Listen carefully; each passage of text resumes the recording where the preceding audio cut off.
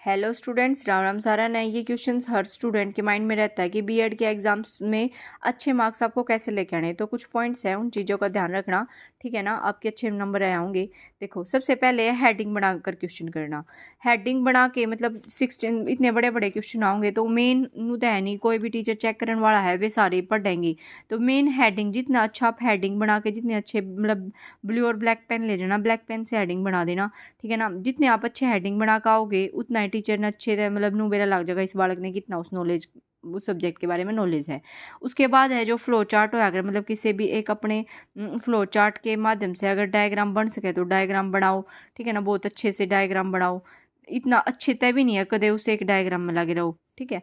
उसके बाद है लिखते समय ना, जो कोई स्टूडेंट क्या करेंगे, मान लो उसने एकता लिखा, एकता लिखती है ना, कोई मिस्टेक होगी, उन्हें लागे रहेंगे उसने काटा काटा काटा करने में। अगर आपसे कोई मिस्टेक हो रही है, मान लो इस एकता में कुछ मतलब मिस्टेक होगी या गलती होगी, मान लो या होगी, तो ऐसे ब्रैकेट लगा कि यहाँ पे काटा मार देना कि यहाँ पे गलती हो रही है, ठीक है।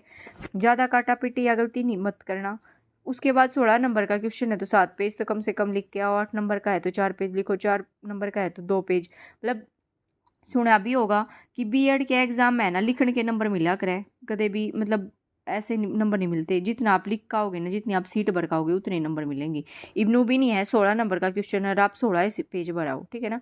ये लिमिट है, ठीक है ना। इस तक कम कर लो, पर कम से कम इतने तो होने चाहिए। फिर है अपनी खुद की भाषा में लिखो, बुकिश लैंग्वेज की बजाय।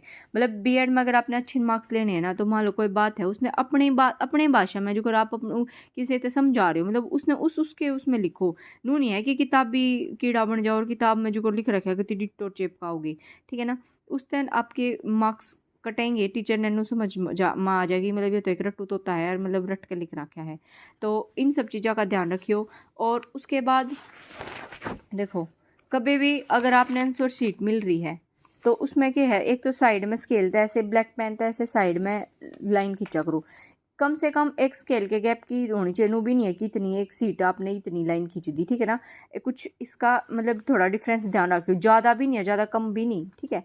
यो करना है। उसके बाद जब आप आंसर लिखते हो ना, तो देखो जो उत्तर नंबर 1 है, आंसर नंबर 1 है, ऐसे नहीं है आपने छोटे से उसमें नू लिख दिया उत्तर नंबर 1, ऐसे नहीं लिखना। पूरे बड़े कम से कम 4 लाइना में नू अच्छे थे, जैसे उत्तर। और कौन सा क्वेश्चन कर रहे हो आप, पहले का ए कर रहे हो, पहले का 2 कर रहे हो, मतलब या दूसरे का, जिसका भी हो, ठीक है। जैसे आंसर लिखना है तो आंसर ऐसे पूरे बड़े बड़े अक्षरों में लिखना आपने जो सा भी क्वेश्चन स्टार्ट करोगे। जब आपका क्वेश्चन कंप्लीट हो जाए तो ब्लैक पेन से ऐसे 2 लाइन मारनी है, ऐसे, ठीक है। तो इन बातों का ध्यान रखियो, आपके अच्छे नंबर आएंगे। All the best for your exams. Thank you.